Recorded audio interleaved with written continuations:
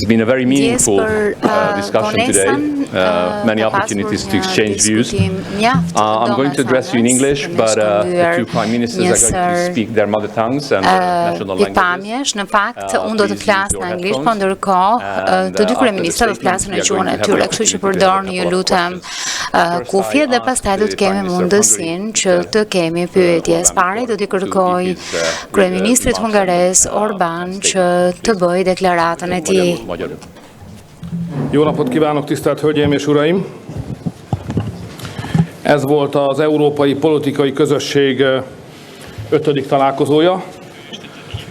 Magyarország történelmének legnagyobb diplomáciai eseménye, 42 állam és kormányfő, az európai intézmények vezetői, Európa Tanács NATO főtitkár, EBESZ képviselője.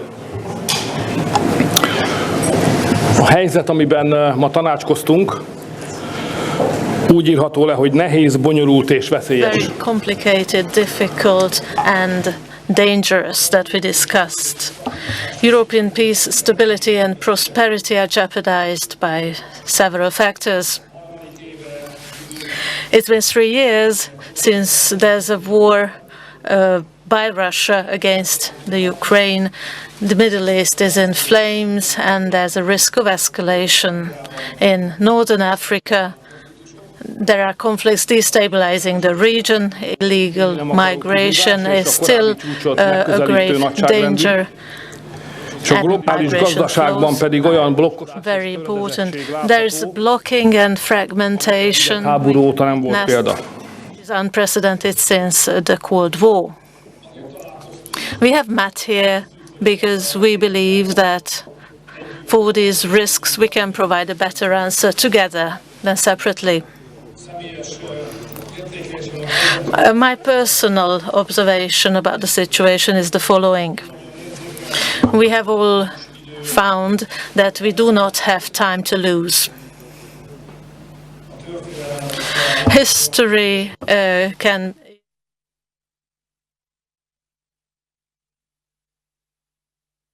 is closed. A világ meg fog változni. The world is going to change. Gyorsabban fog megváltozni, mint It will change in a quicker way than before, quicker than we thought. Kérdések vannak terítéken. There are major issues on the table. Háború vagy béke, war or peace, migráció vagy védelem, migration or defense, blokkosodás vagy konnektivitás, blocks or connectivity, alárendelődés vagy európai szuverenitás. Sovereignty or dependency. In Europe. You know it all too well. This is a discussion. Nem hoztunk formális döntéseket. We haven't made any formal decisions. Ezért amikor most én itt beszámolok önöknek, akkor as I report to you, I summarize what we have heard during this discussion. Amelyben ráadásul eltérő vélemények szétszámolva voltak. Diverging opinions, to be fair. Arról tudok beszélni, hogy mi az, amiben janë si suash kundërshtuese për të qenë të drejtë. Kemi gjetur terren të përbashkët, duke thënë që duhet të reagojmë të zgjedhjeve në Shtetet e Bashkuara të Amerikës, duhet ta dimë që ka ndryshime madhore ndaj të cilave do duhet reagojmë, se në të ardhmen jam dakord që duam paqe sa më shpejt jetë mundur në Evropë. Ura dakord për faktin që Evropa duhet të marrë më tepër përgjegjësi për të siguruar, për të garantuar paqen dhe sigurinë e saj. Për të thënë këtë më drejt për drejt, nuk mund të presim amerikanët të na mbrojnë. Po kështu, ura dakord që Evropa duhet të mbetet një aktor aktiv për negociatat për të ardhmen. Kjo do të përcaktojë të ardhmen e Evropës. Do të ketë së shpejti bisedime të tilla dhe gjatë kësaj kohe Evropa duhet të jetë e pranishme në mënyrë që të jetë në gjendje të ndikojë vendimet për të ardhmen. Normalisht ka një takim plenar në samitet të tilla dhe ka natyrisht edhe seanca të veçanta pune. we take part in the work of Ne these marrim breakout sessions. pjesë në punën e këtyre takimeve, e këtyre seansave të punës. Kemi pasur një seans për sigurinë ekonomike dhe po kështu edhe një tjetër që është përqendruar tek çështjet e migracionit. Nuk do të hyj në detaje tani më. The heads of the working groups Krerët e grupeve të punës mund të japin një përmbledhje të asaj çfarë është diskutuar në këto seanse, nëse duan ta bëjnë këtë. Sa i takon migracionit, dua të them sa vijon.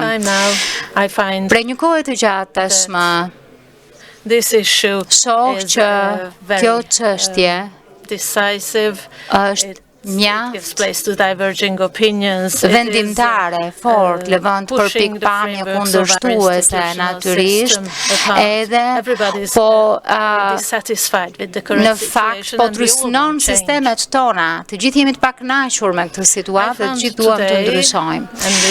Konstatova sot dhe kjo është ajo çfarë përmenda edhe në ndërhyrjen time, që ka një pengesë ndaj kësaj, ndaj qëllimit për të bërë ndryshime në sferën politike, dhe këtë duhet që ta trajtojmë dhe në profesionin tonë quhet aktivizëm gjyqësor, që do të thotë për qeverisjet tona duhet ketë vendime, po këto vendimet përbashkëta që merren janë në kundërshtim me vendimet europiane dhe të gjykatave, në mënyrën që të frenojmë migracionin. Pra, për të gjithë rezultatet për të frenuar migracionin pastaj bëhen zero. Një shembull ndryshe është vendi ynë, Hungaria. Gjithmonë kemi qenë kundër këtij aktivizmi gjyqësor. Unë nuk mendoj se mund ta ndalim migracionin në qoftë se nuk ju qasën si duhet vendimeve dhe gjykimeve në fuqi. Megjithatë, mund t'ju them që ashtu siç i thash dhe presidentit Macron, i cili e nisi këtë platformë diskutimi 2 vjet më parë, ne duhet ta vazhdojmë këtë platformë që duhet forcuar dhe të gjithë ram dakord që në Shqipëri, në Tiranë, komuniteti do të mikpritet nga kryeministri, i uroj suksese. Kryeministër Edi Rama, fjala është për ju. Hungarian is the language of heaven. Shqipëria është një gjuhë parajse, të duhet një përjetësi për ta mësuar, por ndërkohë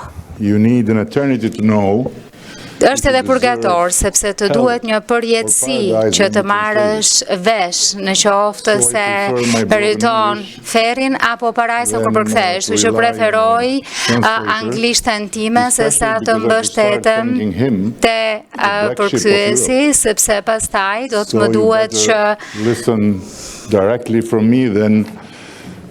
kështu që nuk duaj që pastaj edhe përkthyesi të fajsohet prej meje. Ka qenë një ditë vërtet shumë e veçantë, më duhet të them.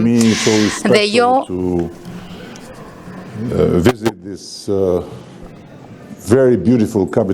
sepse ky është një kryeqytet mjaft i bukur dhe kemi pasur edhe shansin për të shijuar edhe bashkëbisedimet me kryeministrin, por po më kështu më lini ta them deri në fund, sepse ka qenë veçanërisht shumë speciale ta shohësh në fakt edhe të gjithë Europën që të mblidhet në këtë vend të kësaj delegacës fiktorit. Kështu që faleminderit.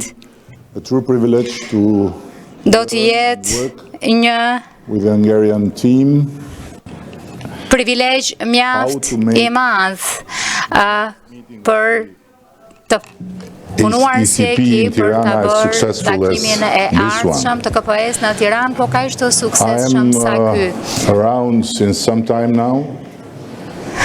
And I must tell you that what is happening lately in the relations of European Union with us the Europeans without the EU is really something one could not imagine until not many years ago. Deri shumë vite më parë, ky bashkëbisedim e BE-n ishte I pa imagjinueshëm. Ka një sër arsyesh. And of course, Vladimir Putin is one of them. Natyrisht, Vladimir Putini është një prej tyre, sepse zgjoj fort Bashkimin Evropian, por më duhet të them se në këtë forum së bashku me të çfarë po ndodh edhe me Komisionin Evropian, me planin e ri të rritjes dhe me integrimin gradual, është diçka shumë inkurajuese. Ashtu siç e theksoi edhe diktori në komentet e veta, dhe ashtu siç gjithkush do ta thoshte, ky forum ka një energji të veçantë dhe ka një gjë të veçantë që ndryshe nga forumet e tjera ku kushdo thot atë çfarë mendon dhe pastaj mbaron, ky është një vend ku ka një shkëmbim shumë më të lirë opinionesh dhe ashtu siç tha dhe Viktori, një ndjenjë shumë të prekshme, lirie për të cekur edhe tema të rrezikshme. Nuk dua tashmë. Nuk dua ta zgjas më shumë sepse e di që shumica prej jush jeni këtu për ta pyetur atë lidhur me zotruesin e ri të shtëpisë së bardhë, por dua thjesht të them se ne besojmë dhe falenderuam bashkërisht Manuel Macronin, presidentin e Francës, madrinë e tij, sepse besojmë se ideja e tij për të nxitur organizimin e një formati të tillë që është një vizion I vjetër francez që daton midis shekullit të 17 dhe të 18 në kërkimin e përhershëm për paqe të abatit Shëmbjetrit dhe pastaj edhe një përpjekje e një sër presidentëve të tjerë francez është diçka që vërtet ishte destinuar që të ishte e dobishme dhe jo vetëm kaq, por ishte e qartë që na duhet të punojmë së bashku me të ekip për të propozuar një strukturë tjetër homologe, shpresojmë të përhershme të mendimit strategjik që të jetë një lloj sekretariati pas forumit për ta bërë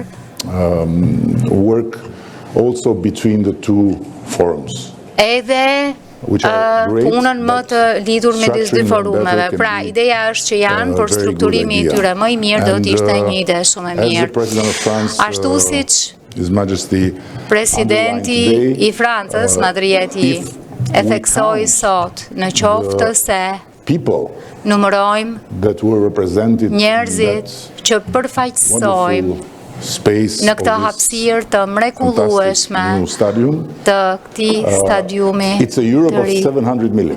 Fantastik është Europa e 500 milionëve, është e jashtëzakonshme, është shumë e madhe, natyrisht.